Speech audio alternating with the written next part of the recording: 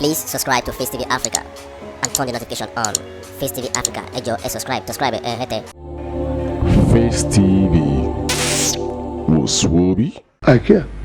I will still be meeting about 50 people in the house tonight, and I will attend to them. That is my life. But I will attend to them more directly, not as a charity, but as a duty. Basharon Abiola gave and gave and gave until he gave the ultimate, his life, in a quest to actualize a presidential election mandate he was given on June 12, 1993. The popular axiom to live in the hearts of those we love is not to die is probably more appropriate to Chief Abiola than most humans. His last 5 years on earth were more remarkable than his previous 55 years. Rising from lowly backgrounds with no inherited influence, Basharon M.K.O. Abiola rose by dint of hard work to become the toast of kings and queens. But he was a kingmaker without a scepter. He hardly bore grudges, but was tenacious in the extreme for anything he holds dear. Until the epochal events following the annulment of the historic June 12, 1993 election, which he won fair and square, Abiola was considered by many elites to be, like most, a conservative businessman who will readily count his losses and move on with his life whenever the situation demanded. Even among the millions of his well-wishers among the lowly, it is doubtful if Chief Abiola would not have found a way back to their hearts if he had abandoned the June 12 struggle without laying down his life. But Abiola chose rather to die for what he held dear, and today, also on account of his selflessness, hardly does anyone remember this worthy son of Nigeria was a shrewd businessman who made as much as he could from the global international communications business.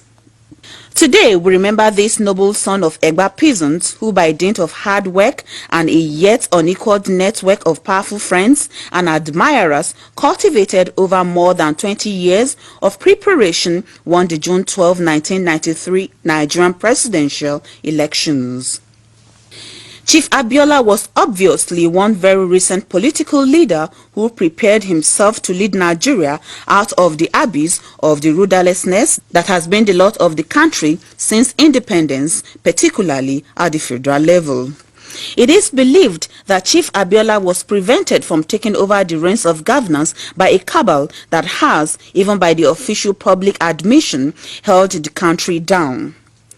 The then military leader, General Ibrahim Babangida, incidentally a close friend of Abiola, has to date not given any tangible reason for the annulment of Nigeria's fairest and most peaceful presidential election. It is true that the presidential election was generally seen to be free, fair, and peaceful. However, there was in fact a huge array of electoral malpractices virtually in all the states of the Federation before the actual voting began.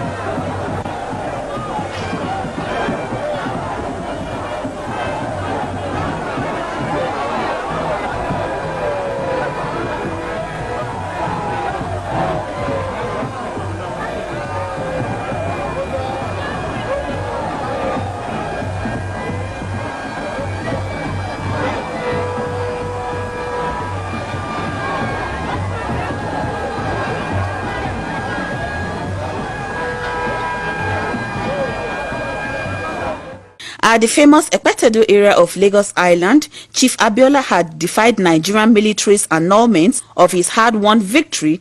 The following national crisis snowballed into the return of the military, and Chief Abiola was arrested and detained by the government of General Sani Abacha and charged for treasonable felony. The trial was stalled for 4 years until his death on the eve of freedom on Tuesday, July 7, 1998, which sparked off the violent protest, particularly in Lagos and other towns in the Nigerian southwest where he was born, even though the man arguably to date recorded the most pan-Nigerian election victory in the country's near 50 years history. When he returned to Nigeria, he joined the Lagos University Teaching Hospital as the Deputy Chief Accountant in 1965.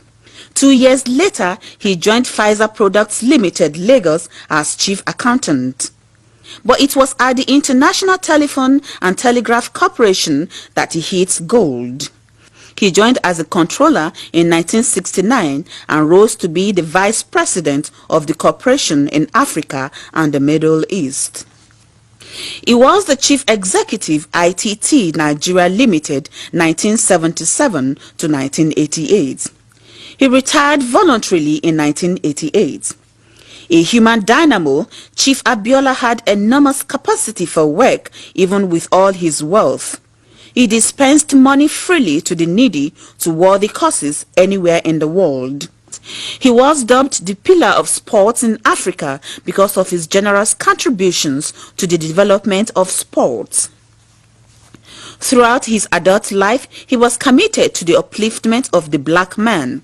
He left his mark in every venture he dabbled. His foray into Nigerian journalism changed the face of Nigerian media. He brought substantial panachy to newspaper publishing as the publisher of the Concord Group of newspapers in the 1980s. He was also of the strong opinion